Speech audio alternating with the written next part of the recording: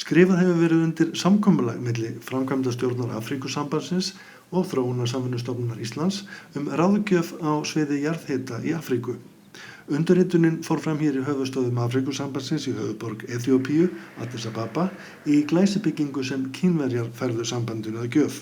Dr. Elham Emma Ibrahim, framkvæmdastjóri orkumála, skrifaði undir samningi fyrir hönd Afríkusambandsins og Engilbert Guðmundsson fyrir hönd Þróunarsamvinnustofnunar. As the world now struggles with pollution and global warming and all these things, the question of clean energy has become more and more important. And luckily there are countries in Africa which have that potential, mainly on the Rift Valley. For Iceland, we know your huge experience in this field, and we hope that we will share it with you.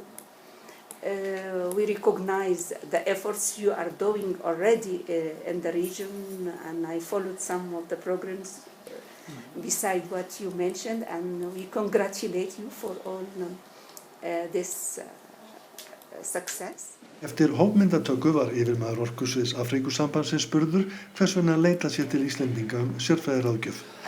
Iceland, because they have a good experience and a good expertise in terms of exploration of geothermal resource management, and also because Iceland is among the leading country in this area.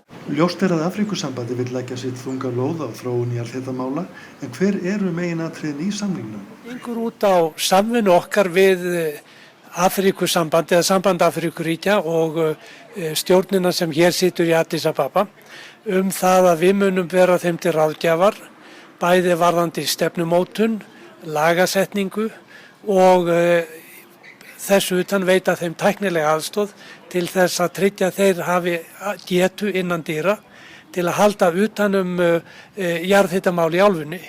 Þetta að verða töluvert stórt og flókið mál.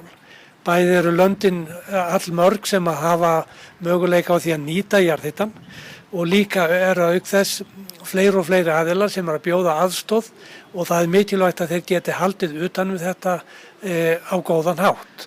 Og það satt að segja dálítill heiður fyrir okkur að ég tel að við skulum vera með þessu orðnir svona nánast innan hús ráðgjafi samtaka Afríkuríkja eða Afríkusambandsins sem við kallum það í þessu málaflokki, og sýnir það traust sem að menn hafa á Íslendingum.